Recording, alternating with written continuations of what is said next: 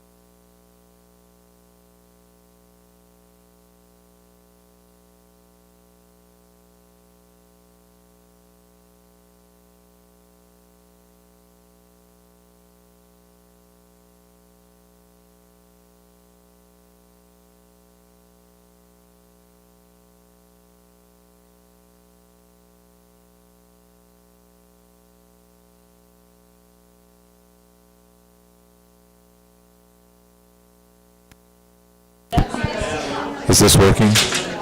Is anyone here, this would be a good way to test the volume. Is this loud enough? Is that about the right volume for people? Okay.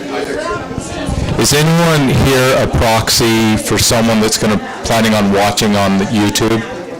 If so, is anyone here a proxy for someone that's going to watch it on YouTube? For watching on YouTube? Okay. All right. I have a link I'm going to send you to make sure they have the link to the right channel. I'll come over and talk to you. Yeah, that's good.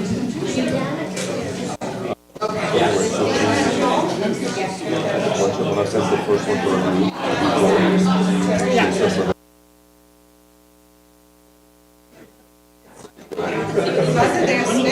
but then I saw that and I thought, well, that's coded in here, so I don't know how good or bad that could be.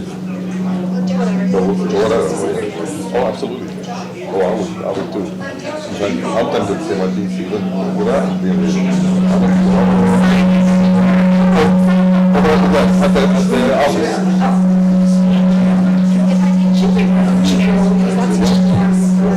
That's what I think to do.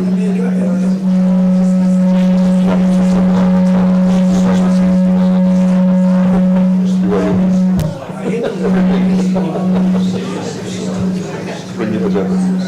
No, not that. Leave that. No, I didn't. It's not with me. We're not doing it, but they can bring it.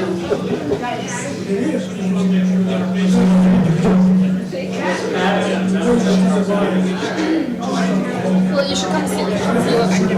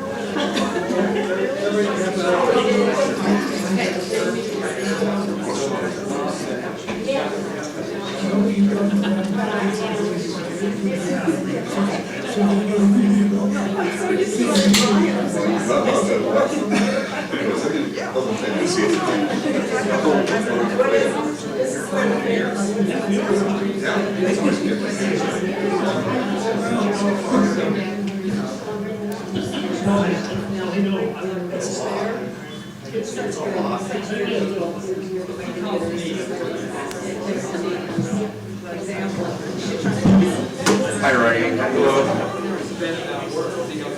So,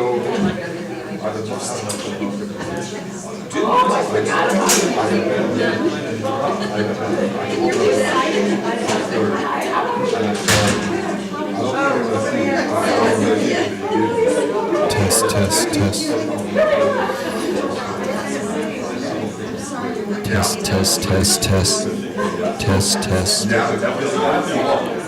Test, test. Test, test. Is this working? Test, test, test.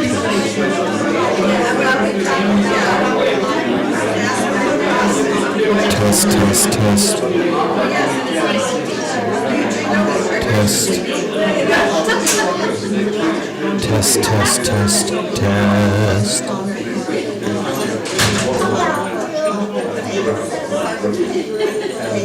Test, test, test, test.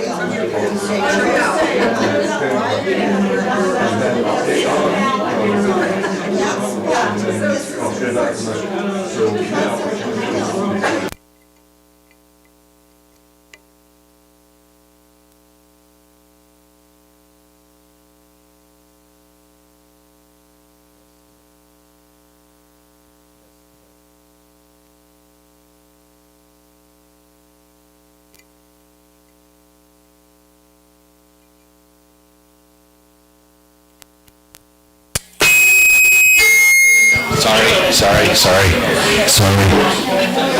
Test, test. Test, test, test.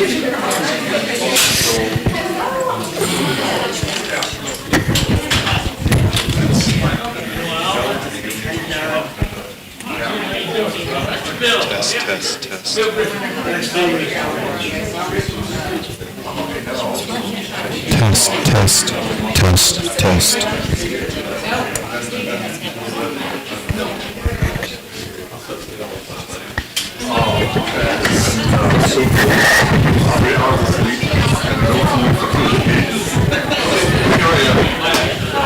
As I'm planning with them, and I said, look, however you do this, you can't tell me I can start.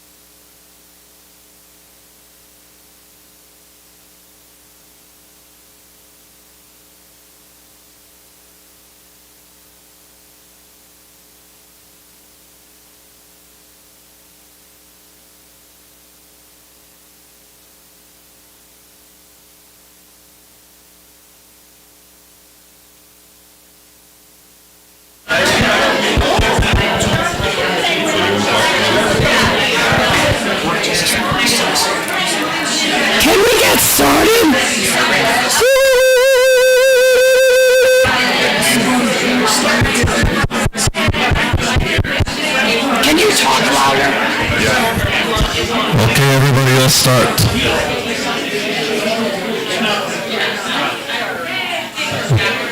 Ready to start? All right. I'm handing to Martha.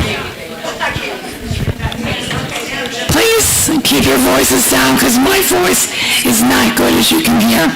So is everybody signed in the office? And then you should have a ballot. And we have quorum. And when you go to ask a question, please raise the card so the secretary will know who's asking the question. So if you have a proxy, answer for whoever you're, lift up the card for whom you're speaking. The other thing is ask for a microphone before you speak. Okay, so the management committee is up here. We have Ernie, Ivy, Martha, Ryad, and Matt. I was over there doing.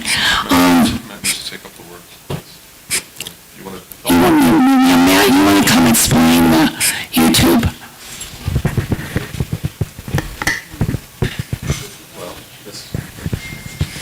This should be a good test to make sure the mics are working. Okay, so it's pretty straightforward. We have a YouTube channel. We'll leave this meeting up on the channel for you to view at a later date. I'm going to have to crop it down because I started it like a half hour early. So if you go log in, you're going to want to fast forward the last half hour. I'll run the mic around for you. The comments are turned off. I think that's for everyone's benefit. It's just for observation, not participation. Is there anything else? Oh, and if you don't have a link, or if you're a proxy for somebody that's trying to watch it live, and they text you, it's not working, just come tap me on the shoulder. I've got a link that is working, and I'll give it to you, and we can text it to them, get it to them.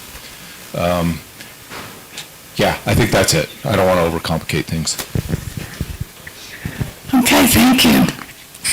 The management committee, or the annual meeting minutes were loaded up on condo control. I hope everyone had an opportunity to take a look at those. If you have your phone, you can look now. Are there any additions or corrections?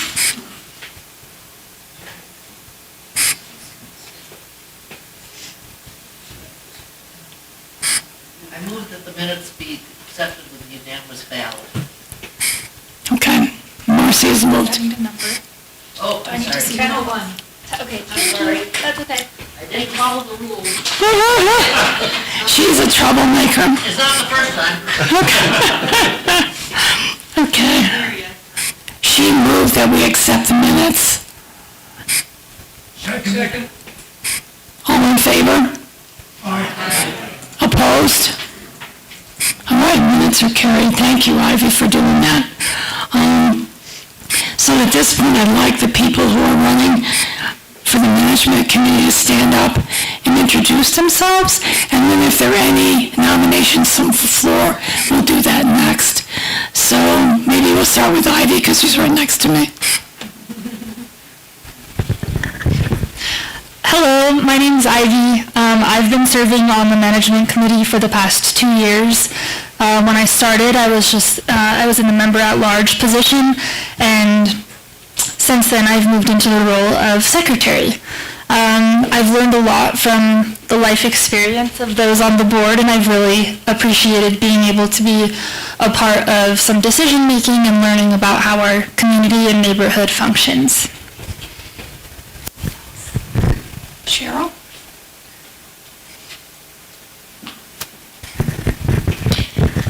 Hello, everyone. I am Cheryl Roberts Oliver. I'm delighted to be here to ask for your vote as a candidate on the management committee. I have a lot of experience, but I'm not as concerned about my experience and all those things that I can bring from the past to where we are right now. What I really believe in is honest, direct, transparent, open communication. I think the more... Thank you. The more we are aware of, then the more capable we are of doing something, taking a really concrete action that will make a difference. And I love this place. I've been here since 1922. I'm a co-owner with my daughter who's... Did I say that again? We're just being open and honest. I did that to Martha. I made Martha president for 10-something years, or 15. Anyway, so I have number dyslexia. I'm hoping that I won't have to do too much finance. Anyway, I really would love to be on the management committee. I know that by doing the newsletter, I've learned so much about the personal concerns and what people care about in this community. And it's those personal experiences and the participation that make all the difference. And I want to thank everyone who really puts a lot of heart, muscle, soul into the social events. It's wonderful. And if it hadn't been for the social events, probably the only people I would know in the room are those who have dogs. I would really like to make a difference and use that communication skill. I'm a consummate communicator, and I would like to use that communication skill to make things better. Thank you. Hi, y'all. Thank you. I'm Ann Silverberg King, and it's a privilege to be a part of your community. Thank you for considering me. As I reflected a little bit, I thought I would share what motivates my interest to be of service to you. A little bit about facts, but that's kind of boring, but is that I've been a Utahn now for about a decade. I come from various states in the southeast part of the nation, and professionally I'm a social worker. I feel so fulfilled to be called to the professional work that I do, which has spanned from public human services to now nonprofit child and family services, and I work out of hi, great timing. I work out of home, so that means even more of my time is spent among our community. And so what motivates me as I reflect upon us and what we share, I think about a quality of life that resembles the best features of each of us individually. That is what creates community. And then when I think about the fairness for you to know a little bit more about me, when you think about Ann, I'm equal parts a listener and an actor, however. I do have an impatient streak, so I will be an active, attentive listener to the individuality of each member of the community, and at the same time, though, I am not someone who rests quietly on opportunity to take action. So you will be able to count on me for the action that I will take. I hold myself to an incredibly high standard. I hold those whom I love to an even higher standard as he stands in the back. And so please do know that I do value accountability to one another, but there's no one that you can expect more accountability from than me. So, and then finally, when I am motivated for what I hope will reflect service to each of you and to this CanyonCrest community is that the shared living that we all desire for those we love should be what we hold ourselves, what we want for ourselves, and that is peace, joy, right, kindness, but most of all, our own Ginger Cannon shared with me very recently that I hope that she would have for everyone that I'm going to adopt here, Ginger, is that my desire is to lead in the goal that you all have relief. Peace, joy, kindness, and just relief. So here's to your living with relief. Thanks, Ginger, for that.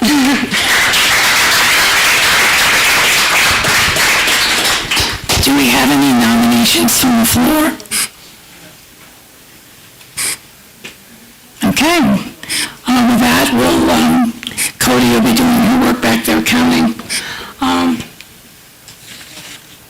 So this is my last meeting as president, and I'm actually ready to move on. It's been a wonderful experience. The best way to get to know CanyonCrest is to serve on the management committee, so I encourage other people to serve. We have another chair up here too, and a bench if people in the back want to sit. But I want to thank the staff. Can you scroll to the picture of the staff? So here's our wonderful staff.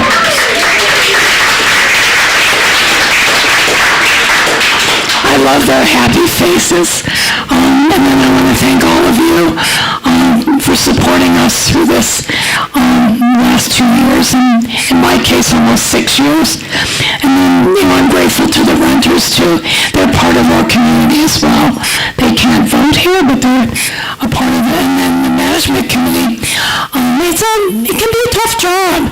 So I'm very grateful for the colleagues that I've worked with. On condo control, I really want to encourage people to use condo control. So you'll find a lot of information there. If you have trouble doing that, Cody is more than happy to teach you how to do that. All the documents are on there, the bylaws and the amendments, the guidelines and rules. And then there's a forum. If you need something, you can do a service request. That's the best way to do it. I found out that the community forum discussion board, I wasn't notified when things went on that discussion board.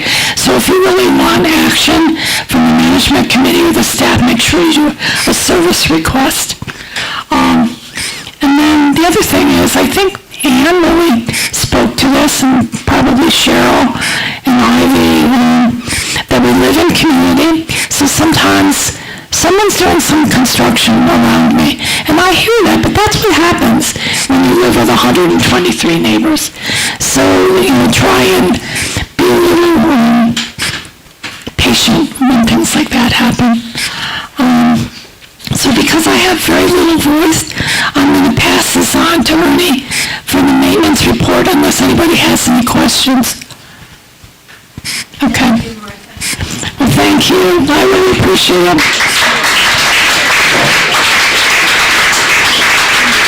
Thank you. We will acknowledge the winners of the election towards the end of the meeting. Can they take the ballots back? Oh, yes. Yes, please. These are for you. Oh my gosh, I love tulips. I know you do. Oh, People wrote you little thank you messages. oh, These are from all of us. thank you. I really appreciate that. Yeah, if you still have ballots, make sure they get into the office. I'll turn them over.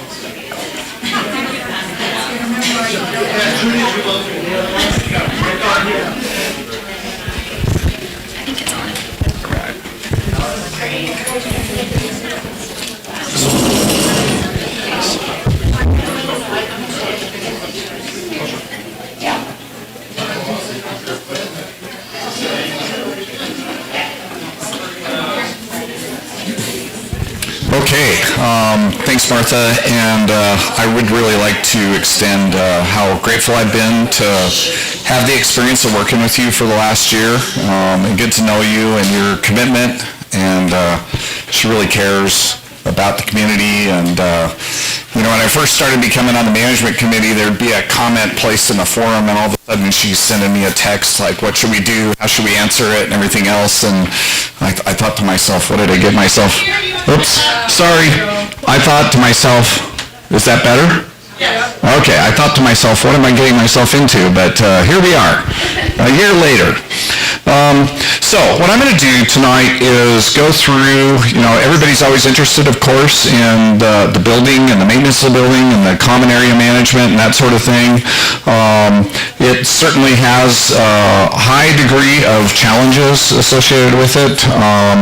We simply just don't have as much money as we'd like to have to be able to do things, so we're constantly having to look at, what are the needs, what do I got to address now, what can I do later, how can we make sure that we make decisions that really are good for the long term for the building, and making sure that the infrastructure, all the stuff behind the walls that's in the building, that it sustains us for many, many years to come. So I thought I'd go through tonight some of the things that happened in the last year. I will say the last year, at least for me personally, was spent learning this building. If anybody ever decides to do this role, there is a lot to learn about how this building operates. So I will say that much. There's a lot behind the scenes in this building, and took quite a while to learn it. I wouldn't say I haven't learned it all. I just learned something the other day from Chris when we were talking about something. So let's go on and kind of give you the maintenance report, the annual maintenance report.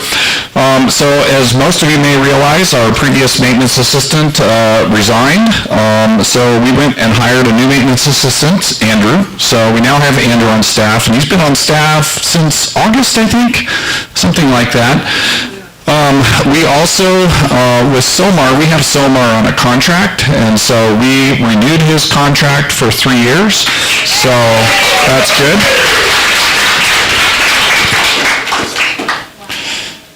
So yeah, that's one way we kind of managed the staff, at least in Somar's case, with the contract and got through that. So the first thing I wanted to bring up was to talk about the pool. Of course, I think all of you know that Chris has been out trying to get the pool in shape to get it ready for the summer. We had some issues with the pool.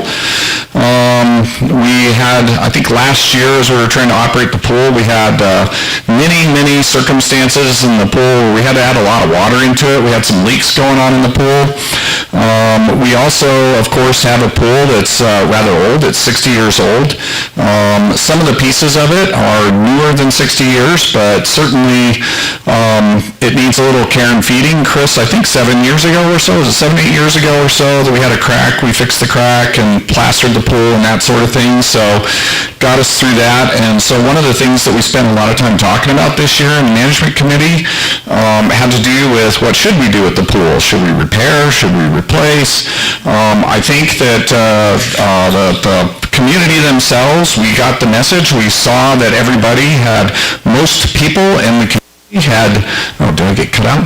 Most people in the community had voiced their opinion to say, let's try to repair.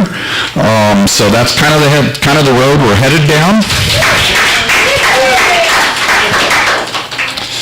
I think one of the things that I did want to voice, not that I'm trying to change the path, but at least to put it into your minds, because we may have to think about this in 10 years or so, was one of the things that we were certainly considering in the place of the pool is things like, how can the pool better utilize, serve the community?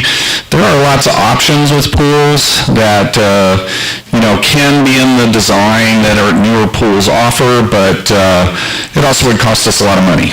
So I think we got the message and we appreciate it. We appreciate the time you put into gathering all those signatures, Chris. That wasn't something that happened overnight. I think we're trying to assemble now and put into the budget, what is it going to take to try to address all of the issues that we know of in the pool. Certainly what Chris has taken care of this year should address some of the major functional issues that we were having with the pool last summer, particularly the leak, and we were also having some difficulties with chemical balance and hopefully trying to fix the leak. And one of the things that was done, if those of you have looked down or have gone out to the pool will notice that there's a big hole dug on I think it's on the east side of the pool. One of the sources of the leak that we used to have in the pool came from the drains that go underneath the pool. If you kind of look, most pools have a drain in the bottom of them. And I think we know that we were getting leaking from the piping in the drain closer to where the water is gathered. And so that had to be fixed. And we had Matt actually had another contractor. Chris had contacted a contractor. Matt found another one and said, hey, why can't you guys go put the drain in the side of the pool instead of in the bottom of the pool? So when we looked into that, and it appeared that would be a really good option, and the really good thing about that is that had we had to repair the drain in the bottom of the pool, it would have meant that Chris would have had to cut into the pool itself, have to, I don't want to say compromise the integrity of the pool, but certainly anytime you cut into any kind of a structure, you just have to be careful about when you put it back together again to make sure that, once you put the load, put all the water on top of it, that, don't get settlement and you don't get cracking, that kind of thing. This way by putting it in the side. We don't have to worry about that. The other beauty of putting it on the side is if we ever have to get there and repair it, it's going to be a whole lot easier. So that's really a great option, and so I'm really thrilled about that. And I think we're still on track to open in May, which is kind of how we've always tried to do it. So thank you, Chris. Okay, what I'm going to go through is a few little things that happened. I didn't cover everything, didn't capture pictures of everything throughout the year. The year went by really fast. We had circumstances where, we had times where it seemed like all we were doing was fighting fires, and then we've had other times where it's been like, we finally have some time to invest in something that's more of an improvement.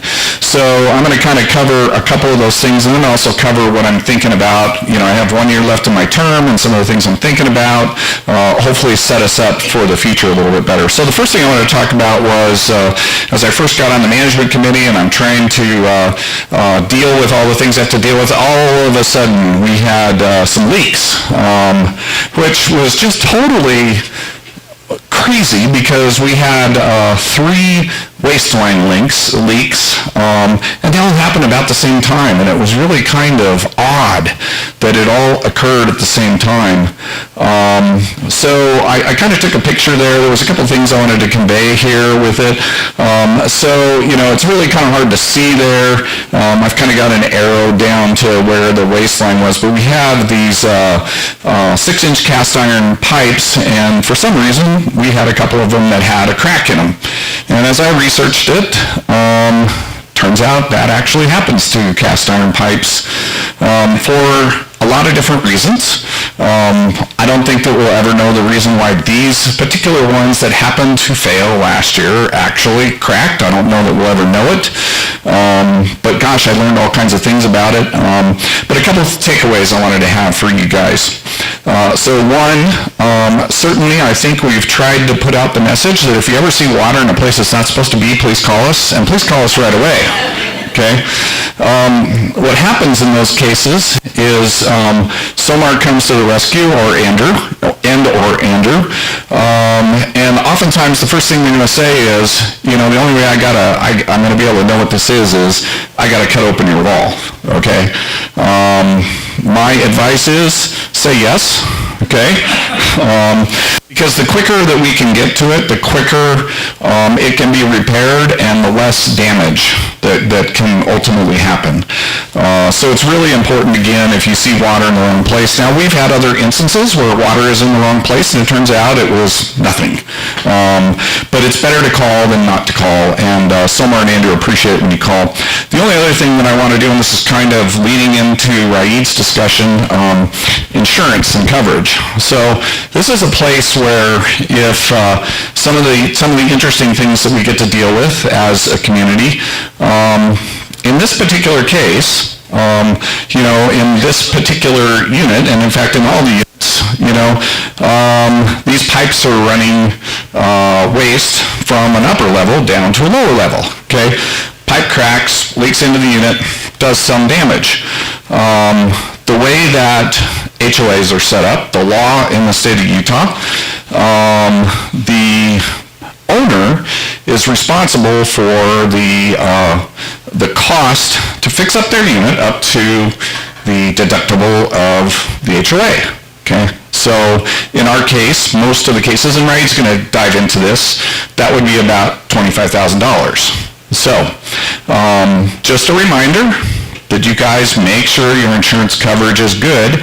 And from a personal standpoint, I will say this year I'm having some issues with Allstate, who's my insurer, so and I feel free to talk about it because they want to drop me because of my house, but that's a story for a different day.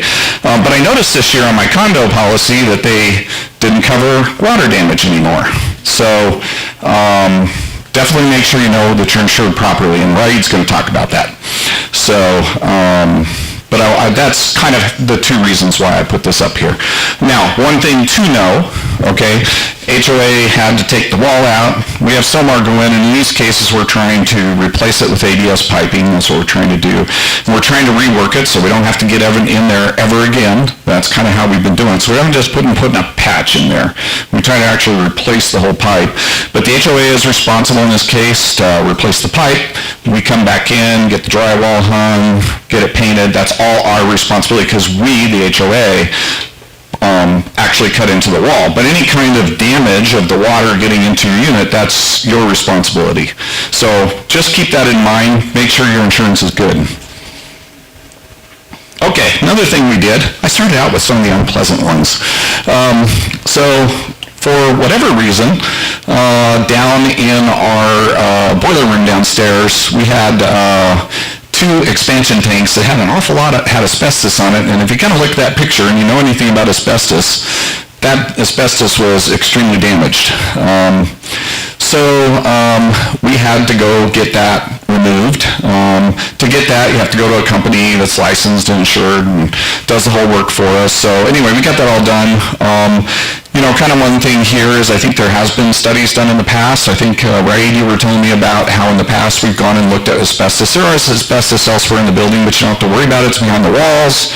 So as long as you leave asbestos alone, it's fine. In this case, we had to mitigate it because of how exposed it was. But if you ever come in and have, you know, contractors in here for remodeling, that sort of thing, you know, keep an eye on them. Don't let them tear insulation off of pipes that are in your unit. So we got that taken care of downstairs, which, you know, isn't an immediate hazard, but we do have our employees down there regularly. I mean, I think probably Andrew and Somar go into the boiler room, I don't know how many times a day. So it's really a risk that we couldn't live with anymore, so we got rid of it.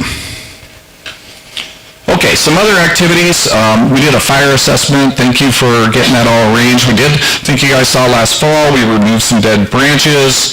We had a dead tree removed.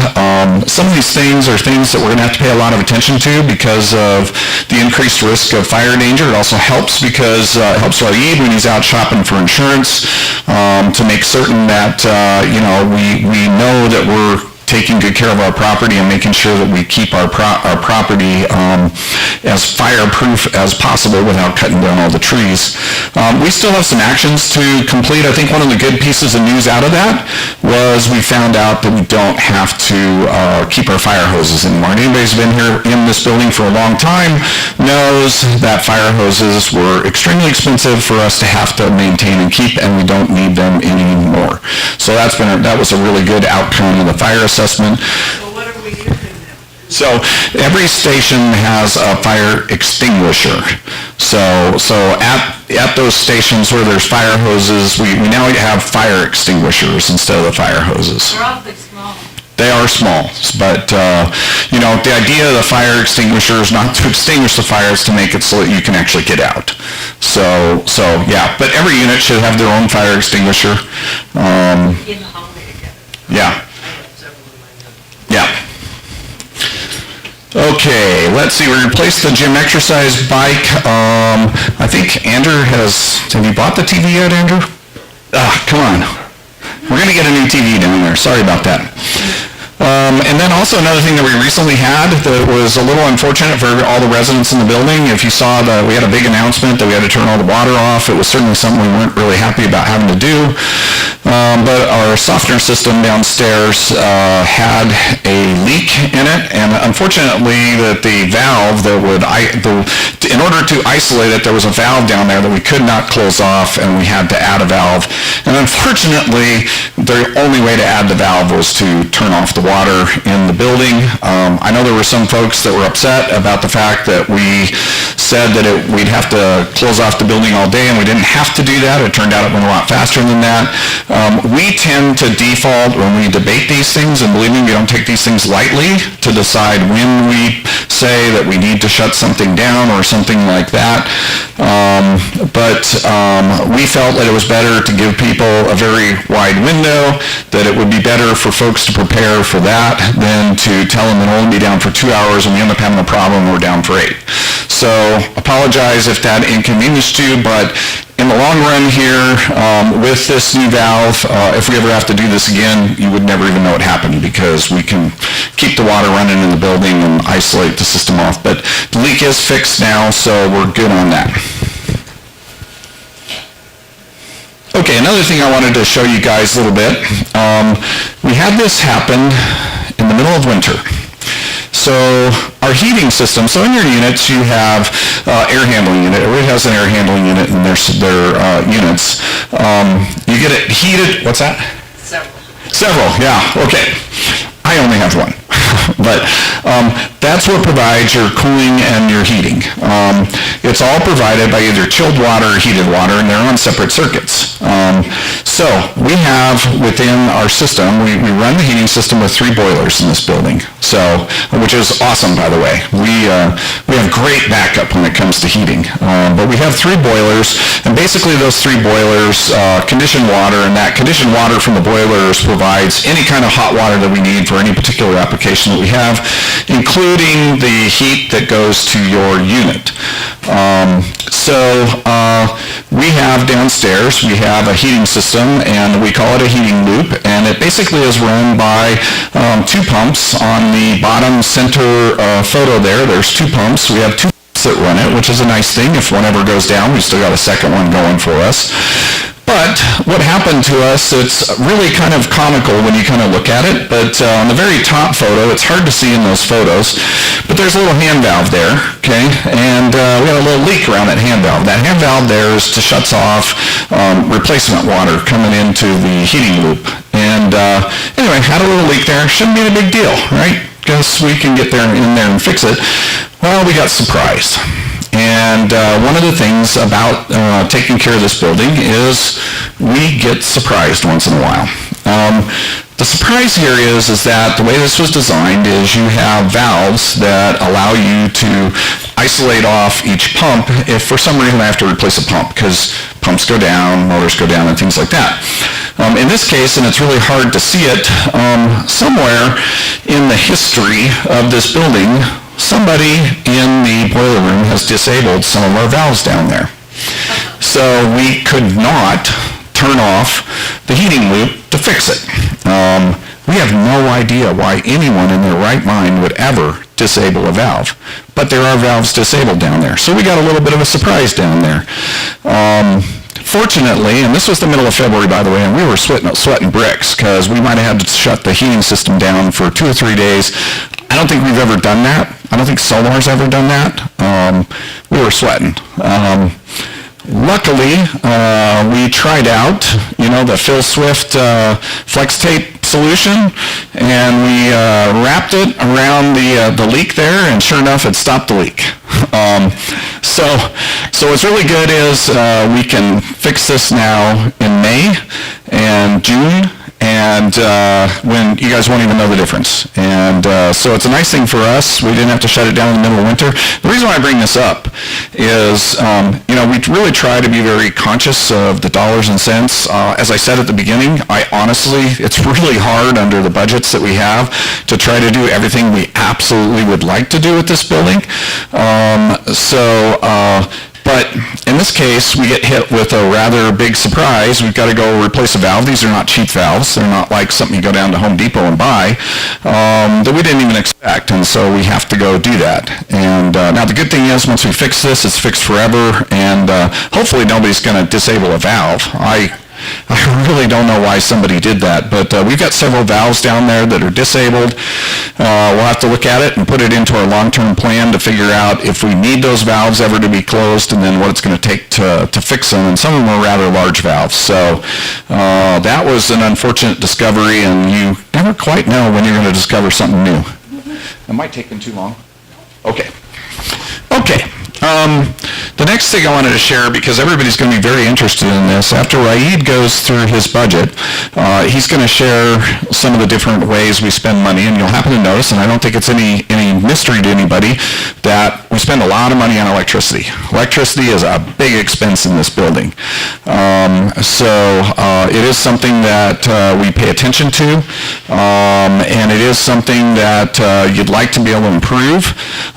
So as part of one of the things that I did a couple of years ago before I was on the management committee, we were trying to figure out what do we charge folks that have electric vehicles for how much they use the electricity. So I went back and plotted up all the electricity usage over the last several years, and I've been keeping track of it ever since then. So on that chart there, what I'm kind of showing there, and it's a little busy, I'll admit it, is I'm showing both usage and electricity cost, okay?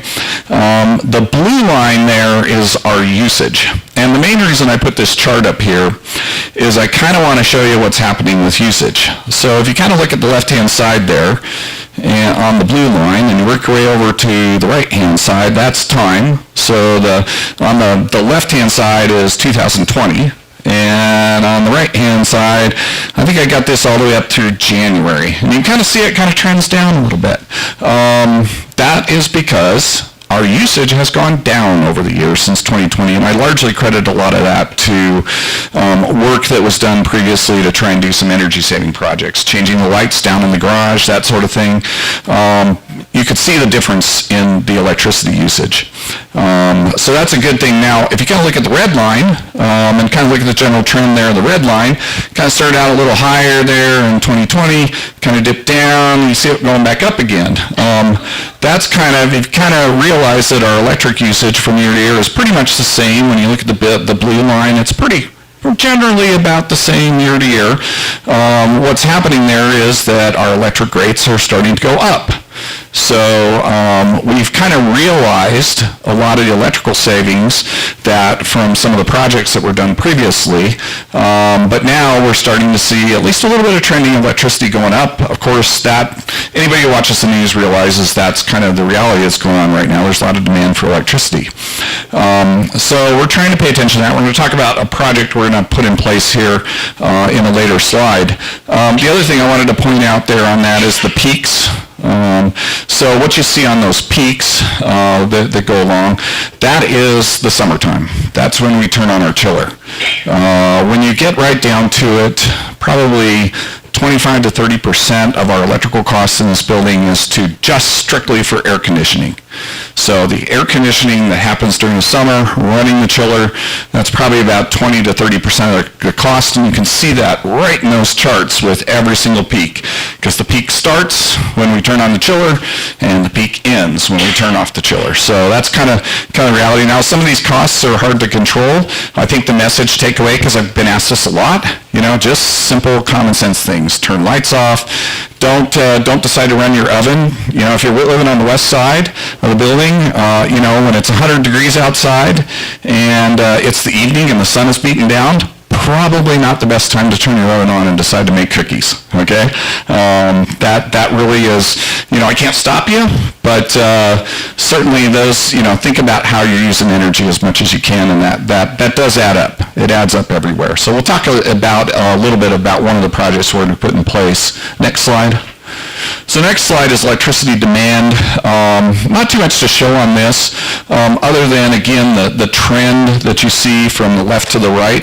So you're probably like, what is electricity demand? So the previous page showed you electricity usage. So everybody's used to seeing kilowatt hours, okay, and how much electricity I use, how much I burn. Electricity demand, because we are a large building, we are on commercial rates, electricity demand is an indicator of things like how much of a tax are you putting on the system in terms of things like pumps and those sorts of loads. And again, if you kind of look there from the left to the right, you kind of see that our electricity demand in this case is really leveled off. So we did some things, I don't know that I can name exactly which ones helped our electricity demand a few years ago, but you kind of see if you look at it, it kind of came from the left and trended down, and it's kind of leveled out, and probably that's as best as we're going to be able to do on improving our electricity demand unless we basically take and replace the chiller with another chiller, which we're going to talk about, or there's probably some things we can do with our motors to our rotating machinery that'll help that out. But still, it's a good trend that we went down, but we've kind of realized the savings, and it kind of seems like it's something that we get about the same charge from year to year. Okay, next slide, heat exchanger. So, another one that we said we're going to close the parking lot, and then we didn't. We're going to close the parking lot, and then we didn't. Goodness, this was something else getting this heat exchanger installed. So what is a heat exchanger? Last year, before I was part of the management committee, they approved to buy a heat exchanger. This heat exchanger will be used on our air conditioning loop. Okay. Right now, the air conditioning loop, we have what's called the chiller. The chiller cools the water down, and the water gets fed up to your unit to actually cool your unit.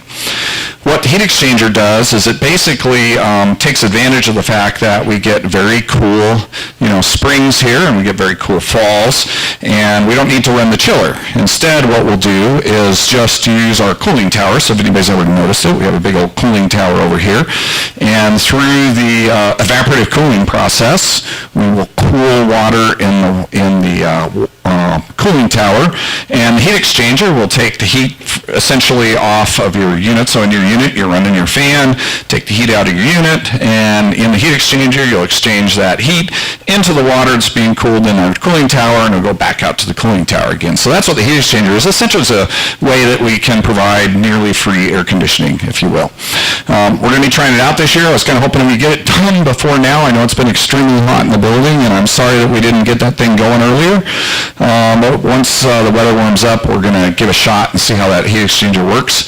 Having said that, we may have some times throughout as we're trying to break this in and figure out how to use it, where it might get a little warm in the building. Particularly those of you on the 14th floor, please let us know what's going on, because we're going to be trying to learn how to use this thing, how to use it effectively. It really will help us during what I call the shoulder season, April, May, and then in the fall as we get to October, September timeframe. During the summer itself, we have to run the chiller. It's just too hot. You won't get a good enough cooling using the heat exchanger. So you just don't get enough cool water going through the cooling tower out there. Okay, next. So future. So I think this has been probably talked about at every management committee meeting for I don't know how many years. The chiller, okay?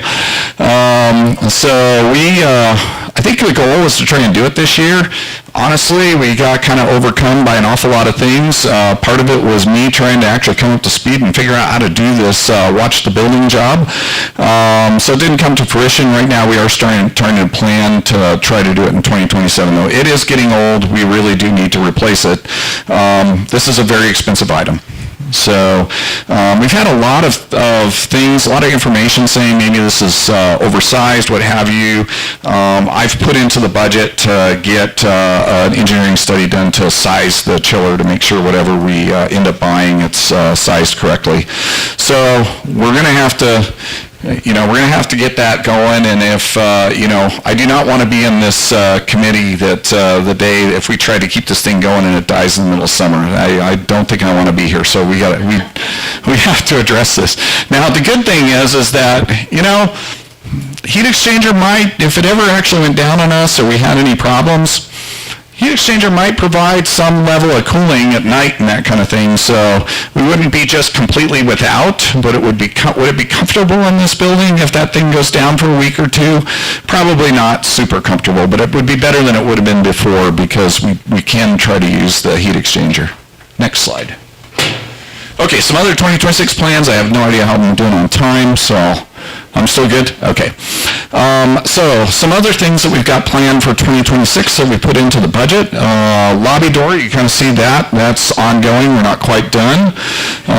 We had a lot of, if anybody was using that package door there, it made a lot of noise. It slammed. Our poor residents on the first floor, oh my goodness, I can't believe you guys put up with that for that long. The other beauty is, of course, now it's got a glass door on it too, which makes it a lot more secure. So, we know who's on the other side. The other thing is, if you're standing on the other side and somebody opens it, you don't get bonked. So it's a good thing there. I talked a little bit about an energy saving project. So we've got a hallway lighting replacement project planned. In fact, we've already got the lights purchased. They're sitting down in the conference room if you happen to go down there. So let me tell you some statistics about that. $30,000 to replace all the lights. We have the labor in-house, so it will be Somar and Andrew doing the lighting replacement. We are going to LED lights in the hallways. So these lights, we kind of studied different lights and everything. There isn't a lot of selection when you're using these troffer lights that we use. There just isn't a lot to pick from. So we've selected out some lights. There's a couple features to talk about. One of the features that we're going to do to try and help our energy savings is these lights have built-in motion sensors. So we can actually program the lights to dim a little bit. So, if you kind of think about it, our hallways are rarely used. We use the hallway to get to the stairs of the elevator or visit our neighbor, but that's about it. So we can actually dim the lights, and so we kind of like, if you guys ever seen Get Smart as they walk through all the doors and, they all open, be kind of the same thing. You're walking the hall, and as you walk down the hall, the lights will brighten for you a little bit. Going to take us some time to get this all figured out and put in there, but that's kind of what we're going to do. We will burn the lights a little bit brighter around the elevators than in the hallways themselves. The other feature, too, that we decided to invest in was each light that is near an exit will have a battery backup on it.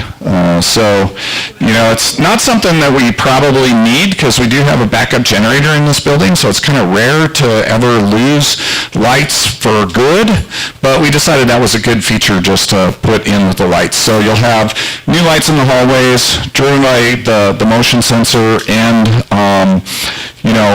backups on the lights that are by the exits. Statistics, as I said, about $30,000 is what it cost us. Power has rebates, so we'll put in, after we get it installed, we'll get about $8,000 back in rebates from these. And then I think the estimate is something like $4,000 or $5,000 a year in electricity savings. So essentially like about a 4 to 6 year payback, something like that, which honestly, if anybody does any investing knows that's a really good payback. So now, in addition to that, there's even more of a payback here on this.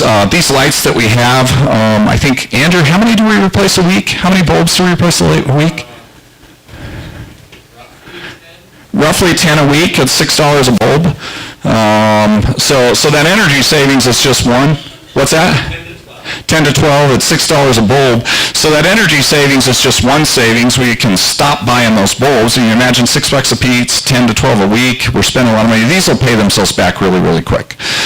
So please, it'll take us a little time to adjust the lighting level, that sort of thing. Let us know if it's too dark, too light, whatever. A little bit of an experiment, but we'll see how this goes. If nothing else, it's really going to save us some electricity. Okay, next one is a big one. Unfortunately, our elevator inspection revealed that we need to replace the wire ropes. What are the wire ropes? They're the cables that bring the elevator up and down. Not cheap. About $23,000 a piece. So, yeah, one is 27 years old, the other one's 30 years old. We don't really have any choice to replace them because the state won't certify our elevators. So, yeah, fun. So they haven't come in yet, so I haven't got them scheduled, but hopefully in April we'll see. We want to install a backup domestic hot water pump. Downstairs, as I was describing our heating loop, we have a boiler that heats all our water. The boiler sends hot water to heat exchangers, and there's various heat exchangers. There's one heat exchanger that heats our domestic hot water, and we only have one pump on that. So if that pump ever went down, we don't have a backup, and we might be without hot water for a few days. Hopefully not that long.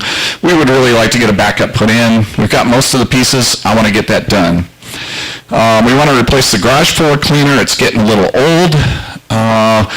I have a desire to better manage our maintenance repair needs. One of the things I've noticed in trying to do this is to try and keep track of all the things we got to do, which we're sometimes not real good at doing, and I want to get a better system in there to do that. Condo control isn't really working for us to do that. It does a great job for your concerns, but not in terms of my concerns and Somar's and Andrew's concerns trying to manage the building.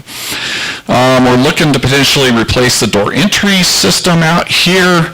We need to get the east side parking lot coated, and then I think we started out with the laundry waistline replacement project, and I don't think we've quite got that done, so I'm hoping to get it done this year. A lot of these things, it turns out some of them will be dependent on budget, and we get a lot of surprises. So we have to look through those things and say, for example, the door entry system replacement, if the budget, if we have some unexpected expenses, and we already have, we may have to try and put that in 2027 as well. But we have put these things in the budget, and we are trying to do it. Yes? I just wonder what's wrong with our doors in the entrance. What do you mean? These? You're replacing the doors. The doors I'm talking about are the ones back there. So that door that's been replaced is the door that we were replacing. You're not replacing. No. Nope, these are staying. Okay, next slide. 2027 and beyond. So I thought I'd look a little bit further out. Chris has presented a plan for some other things to do with the pool. We certainly need to get that plan. A little worried about budget right now, particularly since we had to do the elevator ropes. Those are quite expensive. The other thing we're looking at is replacing some of the hard surfaces in the garden. If you've been out there, we've got a lot of trip hazards out there. None of us are spring chickens anymore. So I would really like to work on those hard surfaces out there. In combination with that, one of the things that Chris has identified as a fix, if some of you realize our pool is actually tilted a little bit, so he'd like to go in and build up the one side of it to try and make it that it's level, and also replace, is it called the cope? I can't remember what the coping, thank you. Try and replace the coping. If we do the sidewalks, we've got to do the coping kind of at the same time because you want them to be level. So that's something we'd like to do. A lot of money. We'll see. We'll see if we can pull that off this year, I'm hoping. One of the things that is that people may not realize in this building is everything is manually controlled. Okay? It's just maddening. If some of you noticed, the hallways have been a little bit cool the last couple nights. So that was to try and cool the building a little bit since our air conditioning isn't down. We have a fan that takes cold air in from the roof and blows it down. All of our levels, you look in the center, there's little grates up there. That is coming from the roof. We can heat it, we can cool it, but we've been running a try-in because we don't have any air conditioning right now, and it's been kind of hot. Problem is every time we want to turn it on or off, Andrew or Solmar has to go up to the roof and turn it on or off. A modern building, you have a tablet, okay, and you turn it on and off with a tablet, or you program it to say, I only need it to be this temperature, that sort of thing. It's going to take us a long time to get there, but one of the things I do want to do is come up with a plan to say, how do we, so for the folks that do this beyond me, to say, here's the plan it would take us to get a little more automated in this building and make the job a little bit easier. I don't want to set expectations too high here. There's a lot that it will take for us to get there. But if we don't start at some point, and the part of saying what will it actually take us to do that in terms of planning, we got to start somewhere. So that's one of the things I hope to accomplish this year before I am done with my term. Do want to put together a 5-year plan for the building, something we don't have right now, something that can be revisited every year or two. I do want to look at trying to do an EV-capable garage. We're supposed to, Utah law has it that we're supposed to be able to provide for EVs. Right now, what we've been doing is if somebody has EV and they have a need, we add an outlet. There are parts in our garage that would be really hard to do.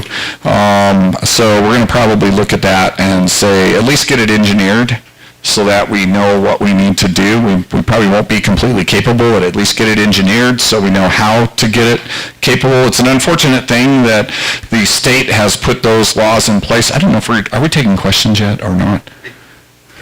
Okay. Right in the back. So how are we getting around the Utah law right now? The way we do that is that if anybody actually makes a request for EV, what we've done is we've put an outlet in. That's what we've done. We've run electricity and get an outlet in. It is not ideal at all. So. The Utah code says that if it's available, so if we don't have it available, Yeah. they don't get it. Yeah, there's some other subtleties to that law too that are kind of frightening. So, but anyway. Hi. I'm Mimi Stewart. Hi, Mimi. And may I just thank you all for your help, and especially your report. In times past, when money has been a crunch, and I think, Martha, you'll remember this, if you could get the communication out to the owners. We had one owner here that was so generous. We were $10,000 in the hole, and he said, I will take care of that for you. So when you say you need a TV, the expense around the pool, things like that, will you please let us know? Sure. Because there are owners, and there have been, that will step up and help with that expense. Okay, well, that's excellent. I don't want to misrepresent anything either. We actually financially are doing well. When I talk about that, it's that we're still constrained. That's really, but in terms of overall fiscal health, I don't want to steal Ray's thunder, but we're not in too bad a shape. We had a flood down in our boiler room here, and discovered that the way this building is designed, these drains outside, they drain into the second floor garage and into other piping that ends up going down into our boiler room. So it doesn't really run out a pipe and run outside. It kind of runs into an area, into another drain, into another drain. Did not know that. We had a really bad storm, and that's just a bad thing because we do not want to lose any electrical equipment down there in that room. So it's something that I need to fix, and I'm going to try and figure that out. And many, many more, trust me, many, many more. But those are just some of my thoughts. Next slide. Okay, I am done. Any questions here?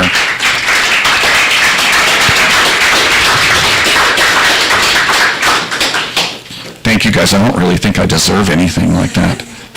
What's that? I just want to remind you, excuse me, that the PowerPoint is on condo control. So if you want to look at the details we've been through, just go under condo control.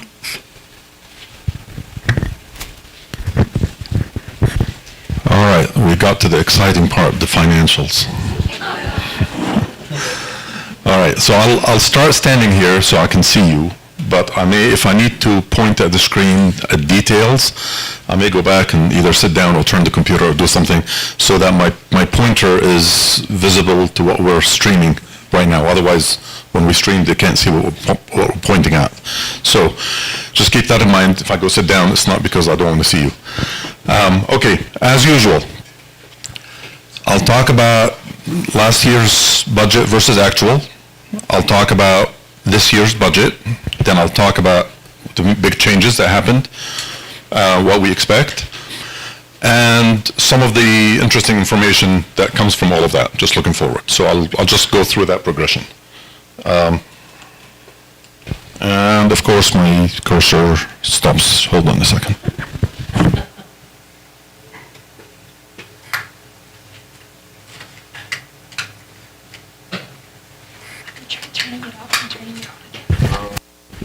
It should be working now. Here it goes. Oh, that may be small. Okay, I'm going to get back a little bit so I can see better the numbers. No, I'm good in here. I have it right here. Okay, if you talk to me, I'll stand up. So, what you're looking at here is the 2025 summary, and as Martha said, if you want to see it on your phone or tablet, you can open it up and just post it on there so you can follow along if you would like to. In any case, what you're looking at here is the 2025 spending. Where did we spend our money? Insurance was $273,000 for 25% of our budget of what we spent. We spent about $1.1 million altogether. Utilities were the biggest at $333,000. That's a big chunk. Payroll is pretty steady and predictable, 15%. Administration is small. This is like office expenses and just administrative, 2%. Maintenance and property, sometimes I lump them together, that's why they're blue in here, both of them, but two shades of blue. Property expenses were 78, maintenance were 190. And I know that you'd ask, so what are the property expenses? That's why again color-coded blue to blue in here. These are the property expenses that add up to the 78 in here. So you're looking at cleaning is a big chunk, 39,000. The garden is 13. Fire prevention 14. Security was small, and access controls. Parking is little. And I kept these in here because that's the stuff I report on year after year. So you have some consistency in here. Nothing surprising really here. Utilities. Some things that are surprising here.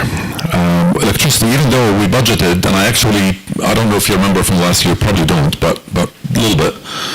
I was scared, for example, when I was budgeting for gas. Gas, if you recall, in previous years has gone from 70,000 to 100,000 to 170,000. And then down to what looked like last year was going to be in about 75, and that scared me. I just didn't have the heart to go down, and I budgeted something like 80-something in there, hedging, and indeed we got lucky, and you can see it coming in gas at 68 last year, so that's good. Now, lucky in a way because electricity went up a lot, and we knew that electricity was going to go up. The rates were there already at the beginning of the year, assuming that our consumption was going to be steady, and it has been. Again, wrapping here into what Ernie talked about, we kind of work together hand in glove in here between what we do and how much it costs. But that went up from about upper 90s to 100,000, all of a sudden to about the 130 range. So that is one to watch, and what this tells us is when we have projects that are more efficiency driven, we pay better attention to them because that matters more now, right? So that's what we're doing. This doesn't mean that we need to turn all the lights off, but we just watch a little bit and do some wiser projects. You're looking at water and sewer, and oh my goodness, those went up. Okay, water and sewer are now expensive. They used to be nothing. I used to just kind of just watch them and ignore them. Now I watch them and worry. So between the two of them, you can see in here, I mean, water and sewer kind of go together. Any water we consume has got to go in the sewer. So you can see between them here we have $86,000. So that's one to watch. Trash is pretty good, steady, at 17. Cable TV is 38. You're all familiar with the cable TV thing. Now, cable TV was 38 for a reason. The contract was 58 if we had signed up, if we had completed the year, but we only used 7 months of the year towards cable, and because we voted to truncate that, I had to budget for it for the year at 58. We only used that much to pay for the 7 months, so there was a $20,000 savings that came from that would just remained in the budget, right? Basically, improving our reserves. Okay, so that's the picture of 25. If we look at the budget that I've set for 26 that I'm recommending here, and I'll show you, the next slide that I'll show you here will show you the two, and I'll talk about the differences. So I know you're going to be thinking that right now, like how much did that change? Let me start with insurance. Insurance is $239. Now it was $273. It's really not $239 for the new contract. The new contract, I got it finalized last Thursday night, and been working on the logistics and the legals and all of that, and I've actually signed documents today, and still going to be signing something either tonight or tomorrow morning. There was some discrepancy that I've discovered, but our insurance runs out at the end of March, which is midnight tonight, and we renew starting tomorrow morning, 12:01. So that's happening, all good. No issues, and happy to say our insurance agents did well and brought it down for us. I didn't think I was going to be excited. I told them when we went to lunch to talk about it. I said, okay, so the new package is worth $228,000, and I was quite happy about that. And I said, I can't imagine why I'm so happy about $228,000 insurance policy. But relative to 273, it's good. Yes, it used to be 100,000. Okay, so anyway, it's all relative, I guess. There are some things that have changed in the insurance in there. I'll talk about them in the next slide a little bit. So the reason it's 239 and not 228 is because we don't track insurance from January 1 to December 31st. We track it from April 1 till March 31st. So for the first 3 months of this year, we're paying last year's rates, and then for the next 9 months, we're paying next year's rates. It adds up to 239 for this year, for the budget, right? So that's you can see numbers sometimes and they don't make sense. There's subtleties in there.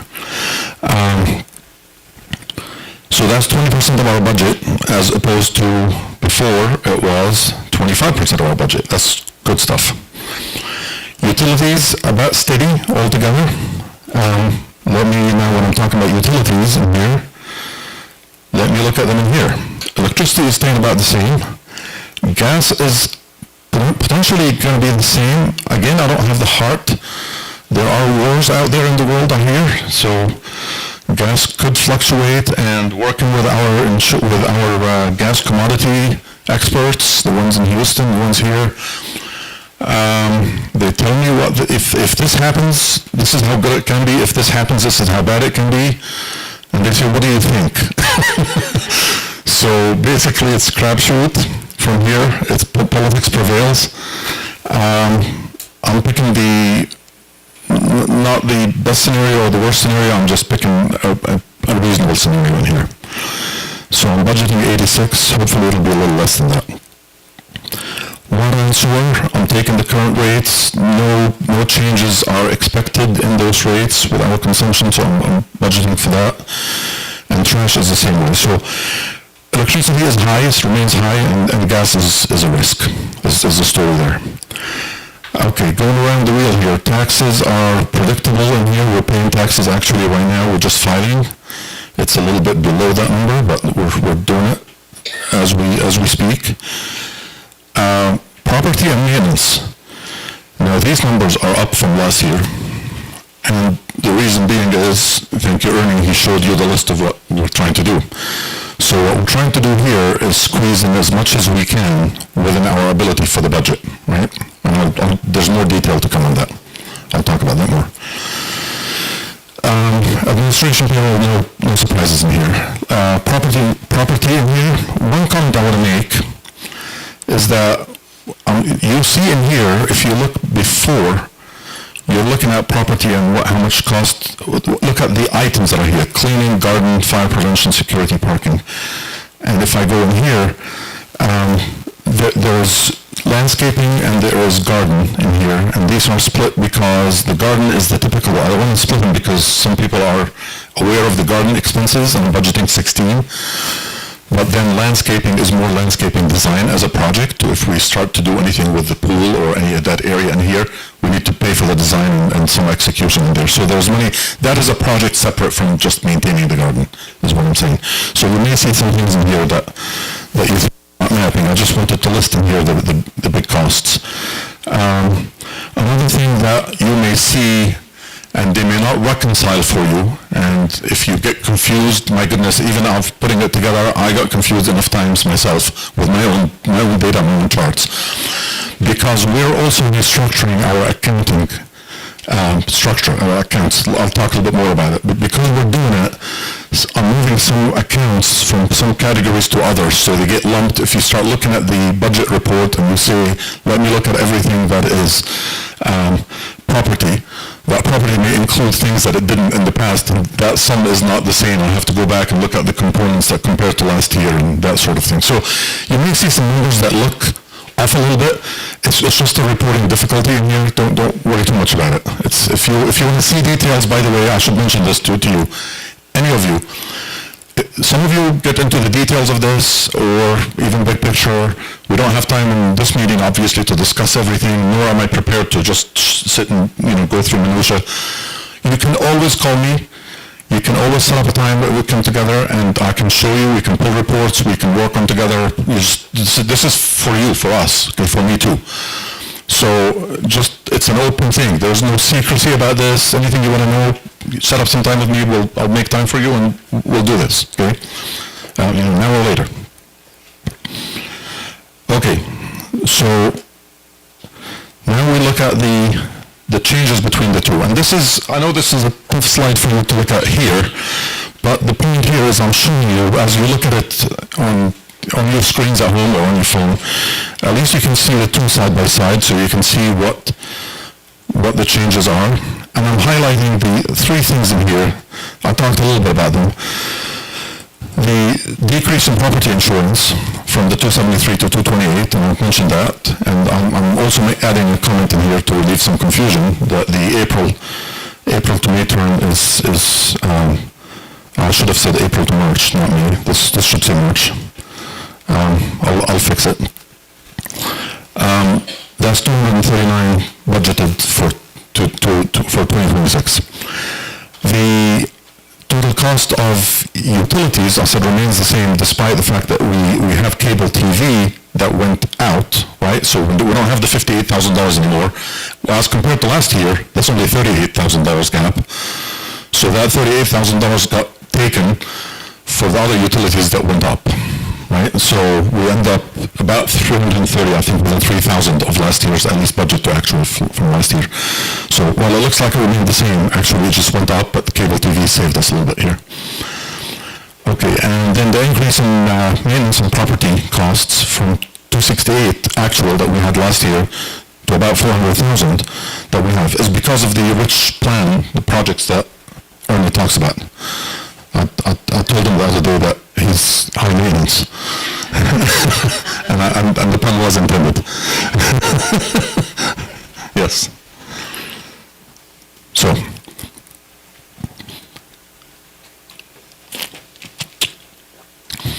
This one is not for you to look at numbers specifically.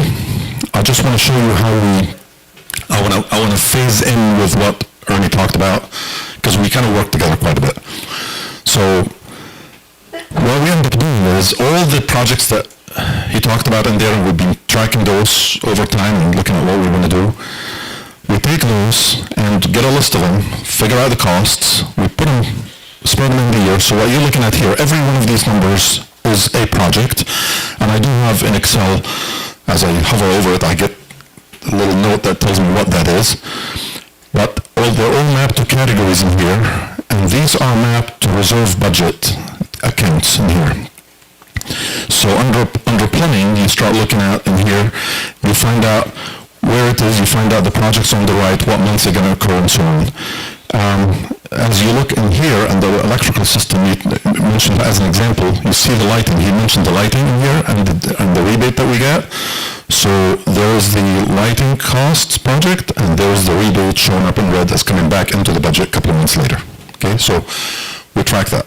So this is not for you to worry about the numbers. This is just showing you how we go ahead and manage the projects going forward. And what we tried to do is squeeze in as many as we could in here, but stay within budget. And there was only one item that we said, let's defer, on his list, that we said, let's defer that to next year. In fact, I don't even think we really are going to get to all of these this year. That'll be quite ambitious if we can. But within the budget, if we can. Okay? I will come back to this chart in a minute to illustrate the top side of this chart that you're not aware what that is. Okay. Big item here for discussion. What's changing in our budgeting for 2026. So the big topic here is we are now, if you remember about 3 years ago, I stood here and told you that we have a reserve budget and we have an operations budget, or at least we have actuals going both ways, and we're trying to manage those, and we're moving a lot of money back and forth between the two, or at least forth, not back and forth. And it's a lot of heavy accounting, and at the end, we're just breaking even. Our total assets would just be the same. So my engineering mind said, hey, this could be simplified, this could be streamlined, this definitely can make it more efficient. And we did that, mentioned that, and we moved on, and we've been tracking that. What I've been showing you the whole time is the total assets figure. This is how much money we have altogether, which is good. It's fine. However, mid-year, last year, it's been brought by some of you to my attention that that setup that we have may not be legal. And as I looked into it, indeed, it wasn't. It's not compliant with the Utah Code. No surprise, there's complexity in what the Utah Code requires. And what it basically requires is separation between operations accounts and reserve accounts. And the reason for that, best I can tell, they don't describe the reason when they set the policy, but there's a reason behind it. The reason is to create clear visibility over how much do we have in reserves. The worry here is HOAs that are poorly managed basically would steal money from the reserve, which is the reserve is there to manage the building for the future, to pay the bills. So if they're not really managing well, they're paying the bills by stealing the future money. And then you run into the ground and you have to do crazy things and sell parts and whatever, go bankrupt. So separating the accounts doesn't really fix that. It just makes it a little bit, if you separate them, it just makes it more visible a little bit, okay? So if you're managing it right, it doesn't matter, but the added complexity is for good visibility. And I'm for it, well, it doesn't matter if I'm for it or not. We've got to be compliant. So really here, what I'm saying here is we're doing this for compliance with the Utah HOA code. So it's not a debate, right? We're doing it. So what does that mean to us? So I'm highlighting three things that I want to explain in here. There are some banking changes, there are some accounting changes, the way that we do it, and there are budget changes. So let me go through it. And I elected, while I knew about this about mid-year, last year, I didn't want to mess up the budget that you all have approved, so I decided by the time we figure out how we're going to do it and what we split and all of that, we'll have a few months left in the year. So let's just close the year with as it was. So everything that you saw in the 2025 budget, the closure was done the old way. As of January 1, which is what this is showing here, of this year, we're separated as two separate kind of accounts, okay? So banking changes. All the money that we have, everything like CDs, money market accounts, savings accounts, and so on, in all the banks except one, are automatically counted as reserve money, reserve funds. We have one bank, which is now in America Credit Union, that's called BankU right here, that's new in America, that has two sets of accounts, and actually there are two listed sets of accounts. You see them here, and I know you can't read them, but what I have in here is a checking, a savings, and a money market in each one, and they're color-coded as orange dots and blue dots. The orange dots being the operations, the blue dots being the reserves. And so MACU runs right now, they host both our accounts. The reason I did that, so one bank has both, one leg in each, is for ease of transferring money. So when we fund at the end of each month reserves from operations, we basically just do an internal transfer. We don't need to do wire transfers and anything crazy like that. How much what? When you're transferring from...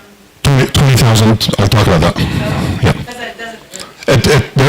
It's there, but I'll show you in a minute. Yeah.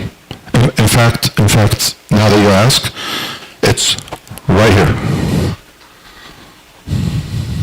And I'll show it in another place too, okay? The reason being is, so we'll get to that in a second. So those transfers are just account-to-account transfers. They're not, I'll just talk about that right now. This is when we make that transfer, I have to learn. I'm not an accountant, so I have to go learn how are we going to do this. And there are lots of ways maybe to do this, but eventually really learn. This is not income. Even to the reserve account, it is not income. Because we don't want to list anything as income, because then it's taxable. It's not income. And it's not an expense. It's our money to our money. It's left pocket to right pocket. That's all it is. So it's a transfer. So the budgets that we have are profit and loss budgets, P&L. This is cash flow. This is just moving our assets. So it's a transfer, so you don't see it on the budget per se as an expense, and you don't see it as an income on either side. You will see it in the bank as cash flow movements in there. How much is in the reserve right now? I'll get to that. We're sitting good though. So the thing that I want to point here as I'm talking about, I mentioned all of this in here, that transfers that I'm talking about, every month we're going to move $20,000 from operations to reserve.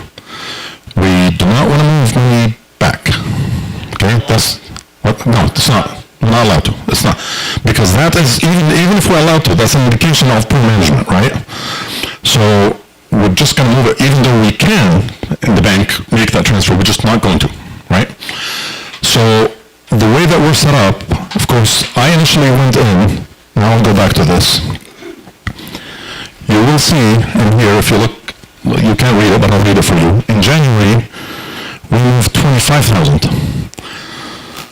Because that was the starting thing, and I was trying to figure out the initial thing, and I'm looking at the projects that we have to do and what we need to do. And it looked to us that that's going to be too aggressive. 25,000 is going to be 300,000 a year, and that's going to be too much, and we're not going to be able to gather that much. And if I go over, we cannot move it back. We don't want to move it back, right? It's not good. So even though you think, oh, we overdid it, it just looks bad going back, even if you justify it. There are ways of, you can explain and do that, but not a good idea. So I opted to move 20, and if we end up saving money at the end of the year, if there is money in reserves we haven't spent, then the reserve account stays higher. That's just money stays in the bank, going to be consumed by projects later. If there is money left over in operations, whatever is left at the end of the year, we'll dump it into reserve. So that will increase the thing. So I'd rather go a little bit conservative and go 20. And if we have $30,000 left at the end of the year in operations, that $30,000 will make one more transfer in there. And next year I'll show you what we did. So that's the setup, okay? So that's how the money transfers work. Now the accounting side. So we use QuickBooks for accounting. And again, I had to learn more than I ever wanted to try to figure out how this works, and talking to our accountants. And the best way that we eventually figured out is we turned on what's called class accounting. So this is going to be a little boring for some of you, but for some of you this will be very exciting. So I'm trying to bridge the gap here to talk to everybody. All right, so class accounting basically says we created two classes of expenses. When we have an expense, and Cody goes in and she has some payments, and what is this payment? Where is it going to come from? What kind of expense is this?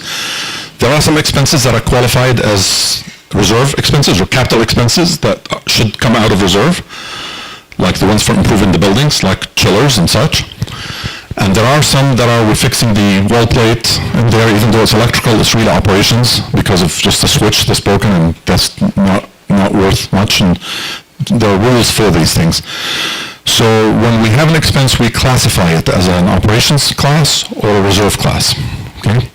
It doesn't matter if they go in the same actual QuickBooks account. You can have the same plumbing account, and you can have both things in there, and I can budget a total, and I can have reserves and operations in there, but they will be tagged separately, and I can pull them out separately and combined in there. So I can look at them by class and be able to see operations expenses, operations budget, and reserve expenses, and reserve budget, and total. So that gives us full visibility. Well, to do this, of course, that creates a little bit of we have now multiple accounts. That this used to be an account that purely is for reserve, and we say this is for replacement, and there's a lot of gray areas. So we're out fixing these as we go to try to say what is in common here. Let's use one account cancel the other. When we cancel an account in there, we're deactivating it. We don't delete any accounts in QuickBooks. When we deactivate it, we go ahead and say if there's any expenses that we had this year already against it, we move those expenses to the right account. So there is some shuffling that we have to do. So this is where it gets confusing even for me and for others, but it'll be cleaner as we go forward. So what I'm trying to do here is set up a system, not just go to say, check the box, we are doing operations and reserve, but set up a system to where we can ongoing manage. If we're going to do this and be compliant, we might just as well do it well. This is my thinking, right?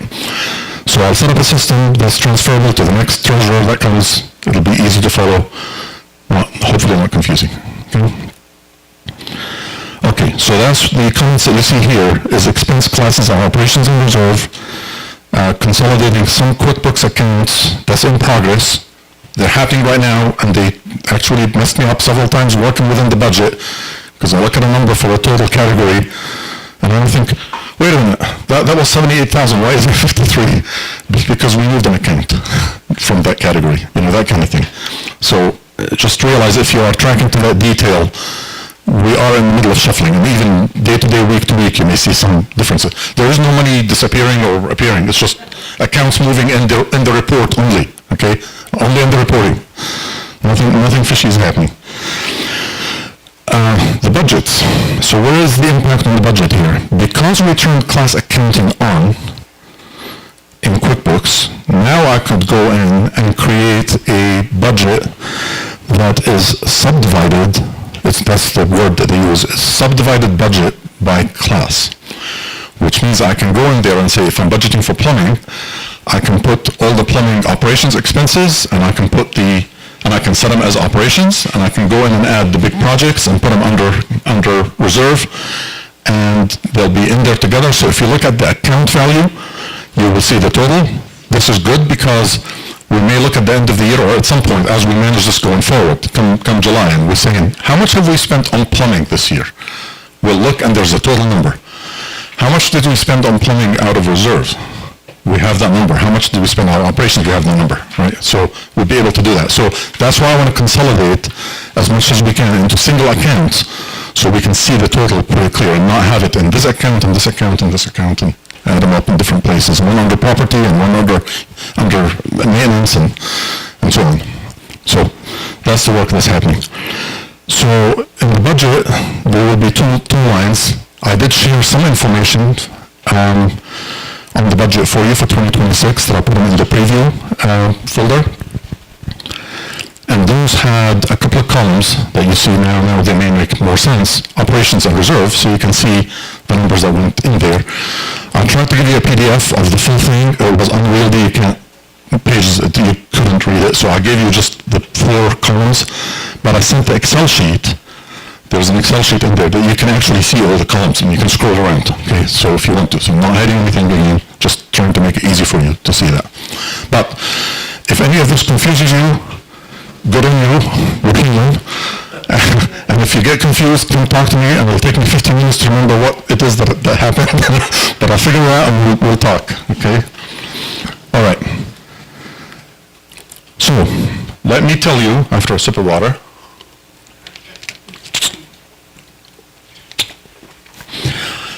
well, the budget is, again, profit and loss statement. This is a cash flow view. So what I'm showing you here is, in January, I have to go in and say, I need to split our total money into some operations and some reserve. Now, I don't want to underdo, I can always move money from operations from reserve. I just needed to come up with a clean cut. So I moved some money, and really, if I look and think, what is reasonable in here? And if you think about it, we try to collect about $1.2 million. We do collect $1.2 million of money every year from HOA fees and from interest and other things. If we don't spend it all, well, we could, but that's really more reserve projects that do it. But we probably run about $80,000 of expenses a month. So theoretically, if you have $100,000 in operations at one time, you can pay the bills and be fine. If you have 150, you're more than fine. for operations. Reserves spike up and down depending on projects. Operations, not as much. You gotta watch for gas and electricity, but they tend to switch with each other. When gas goes up, electricity goes down. So they neutralize themselves. So we're not gonna go over 100,000 in expenses, operations.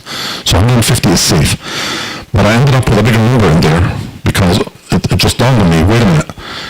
Come April 1, we have to pay the insurance bill. The insurance bill is, say, $250,000. As it turns out, it's 228 right now. That we have to pay in as one shot. Next week, we gotta send a check to the insurance company, say $228,000. The way we account for that, we're on accrual accounting. Again, this is for the accounting minds in here. We're on accrual accounting. That means when we spend this $228,000, it doesn't look like in April, all of a sudden our expenses are $400,000. We take that money and put it in a prepaid account, and that money we divide it by 12, and for each month we say 12 of that prepaid account goes to the expense for that month. And what you've seen on QuickBooks account is the amortized value of that showing month after month, okay? But the money, the cash has gone out. So it doesn't, what you see in the budget, it does not reflect on how much money we have in the bank. It's just how we account for it. But it comes back at the end of March, they align again. That's how it works.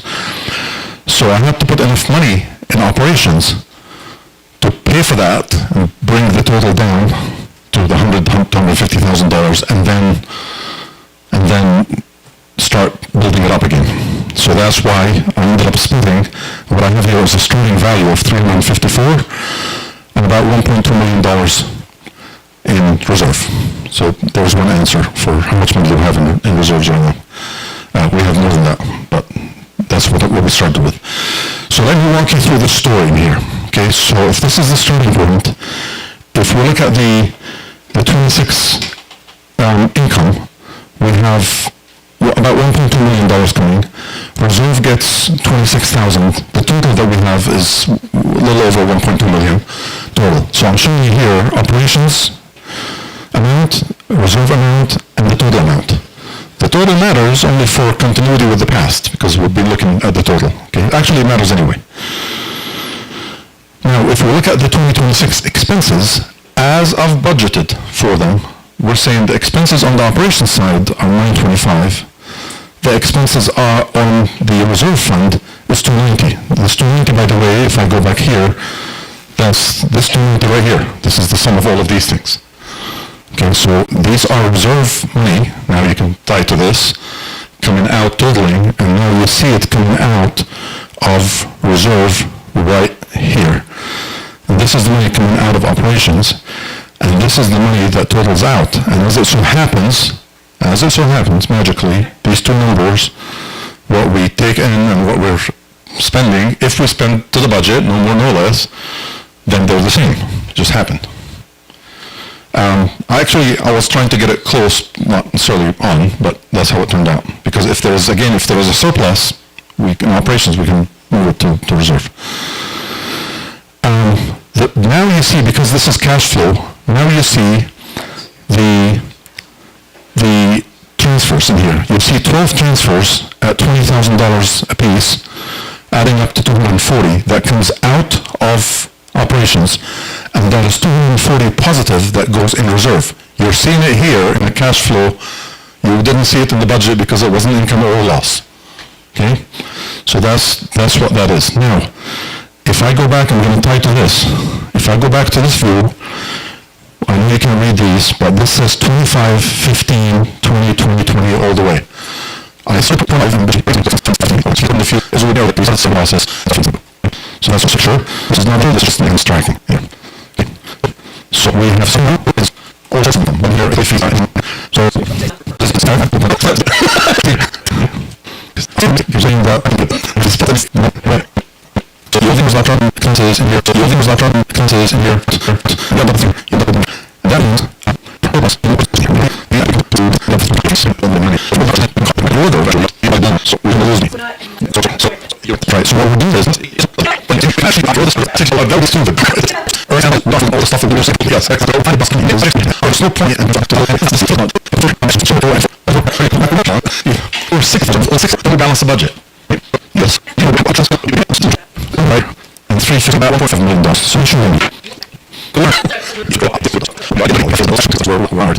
That's what they did off finance. So there's three couple of things in the future. This is actually what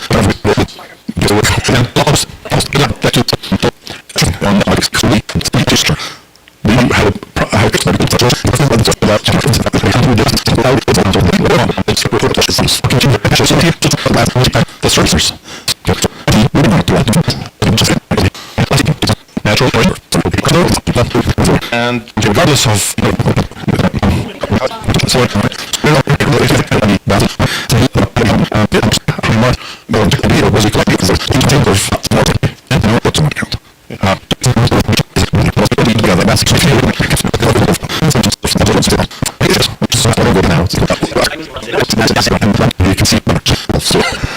so yes,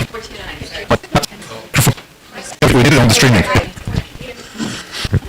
And great, so I had a It's actually more a question to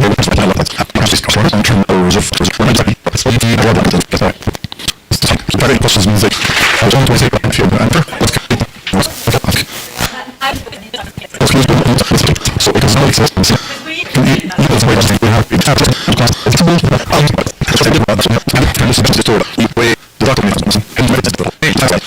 depending on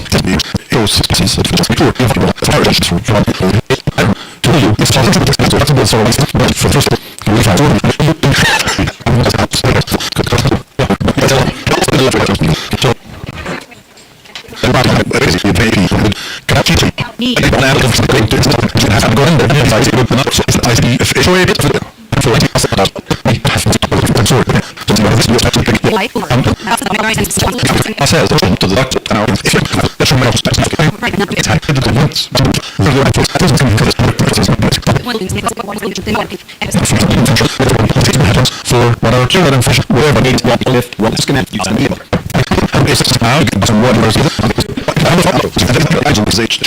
he doesn't people away. So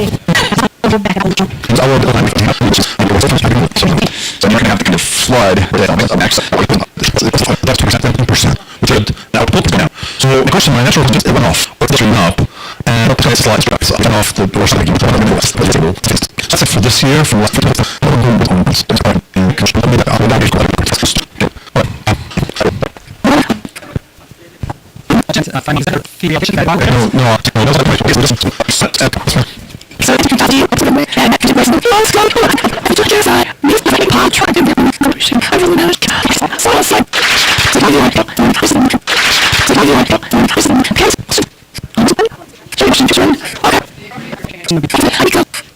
Is that wrong?